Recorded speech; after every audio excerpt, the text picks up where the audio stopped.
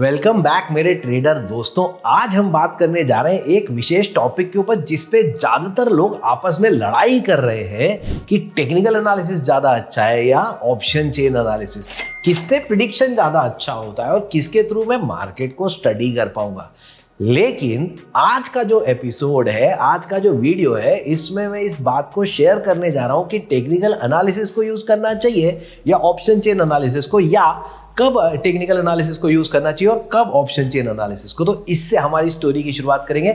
आज का वीडियो उन लोगों के लिए जो शायद दोनों समझते हैं या शायद दोनों थोड़ा थोड़ा समझते हैं। तो चलिए टेक्निकल एनालिसिस से शुरुआत करना चाहूंगा। टेक्निकल एनालिसिस को आमतौर पर लोग मानते हैं study of psychology of the market. Market की साइकोलॉजी की स्टडी को टेक्निकल एनालिसिस कहा जाता है। आसान भाषा में लोग चार्ट्स की स्टडी भी बोलते हैं, लेकिन स्टडी करते क्या है? तो स्टडी करते हैं कोई कैंडलस्टिक पैटर्न, कोई वॉल्यूम, कोई प्राइस एक्शंस, और इनके बेसिस पे डिसाइड करने की कोशिश करते हैं कि मार्केट कहाँ जाएगा। लेकिन इसका एक कोर आइडिया जो है मैं आपके साथ शेयर करना चाहता हूं।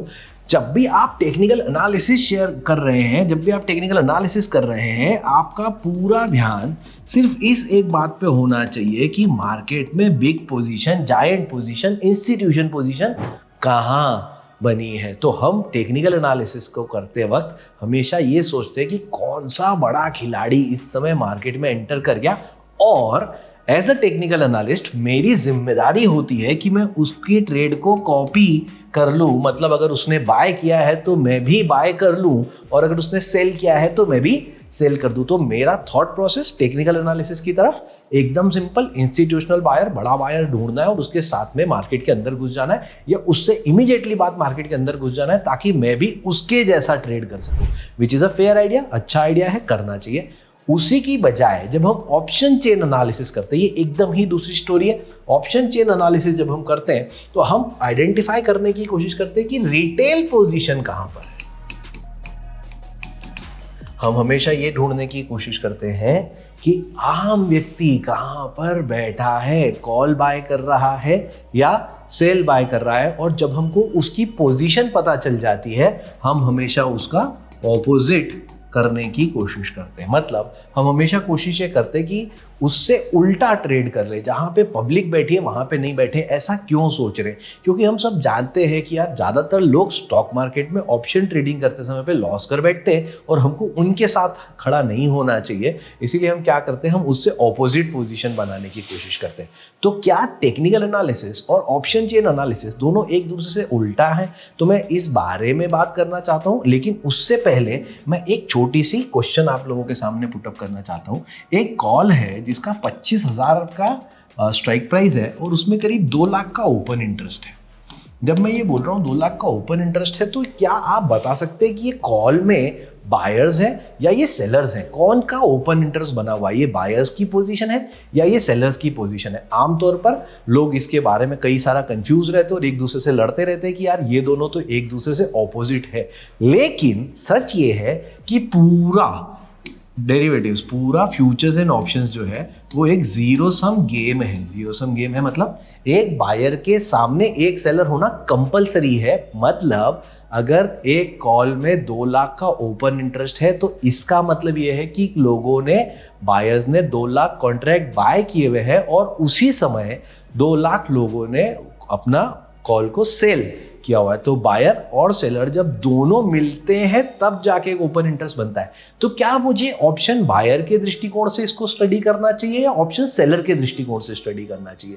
आप दोनों ही यूज कर सकते हैं, कोई परेशानी नहीं है। आसान भाषा में बताता हूं, सपोज करते हैं 25,000 पे बहुत ज्यादा ओपन इंटरेस्ट हमें देखने के लिए मिल रहा है। सेलर क्या बोलेगा? सेलर बोलेगा कि भाई चूंकि इतना ज्यादा ओआई है तो मार्केट 25,000 के ऊपर नहीं जाएगा, क्योंकि सेलर को तभी प्रॉफिट होगा जब मार्केट 25,000 के नीचे रहेगा। उसी की बजाय जब हम बायर की दृष्टिकोण से बात करते हैं, जिसने 25,000 का बायर है, तो हम हमेशा क्या बोलते हैं? हम बोलते हैं इस बायर को पैसा नहीं मिलेगा, जिसका दूसरा मतलब यह है कि बाजार जो है वो 25,000 के नीचे रहेगा। अब अगर आप ध्यान से बात देखेंगे तो ये दोनों बात सेम ही है। मतलब आप ऑप्शन बायर की दृष्टिकोण से भी देख सकते हैं, सेलर के दृष्टिकोण से भी देख सकते हैं। मैं बायर के दृष्टिकोण से बात करना पसंद करता हूँ। कारण ये है कि बायर का दृष्टिकोण हम सबके लिए इजीली समझ में आ जाता है। ज़्यादातर लोगों ने अपने ज़िंदगी का पहला ट्रेड कॉल बाय से किया होता है, इसलिए ये बात जल्दी से समझ में आ जाती है। तो सिर्फ एक्सप्लेन करने के उद्देश्य से मैं हमेशा बायर का पॉइंट ऑफ व्यू रखता हूँ आप लोगों के साथ। तो बायर के दृष्टिकोण से आगे बढ़ते हैं। ऑप्शन चेन पे ले जा रहा हूँ और आपको निफ्टी के बारे में बात कर रहा हूँ। आपको कुछ नहीं करना, आपको सिर्फ ये आइडेंटिफाई करने की कोशिश करना है कि यहाँ पे इस समय सबसे ज्यादा ओपन इंटरेस्ट कहाँ नजर आ रहा है। तो आप देखेंगे 25,000 के रेट पे, 25,000 के स्ट्राइक प्राइस पे हमको 1,98,000 मतलब करीब करीब 2 लाख का ओपन इंटरेस्ट नजर आ रहा है, जो कि एक स्ट्रॉन्ग रेजिस्टेंस के बारे में बात करता है। इसी तरीके से आप चाहें तो आप एक सपोर्ट ढूंढ सकते हैं, पर वो सपोर्ट आप कहाँ मिलेगा आपको?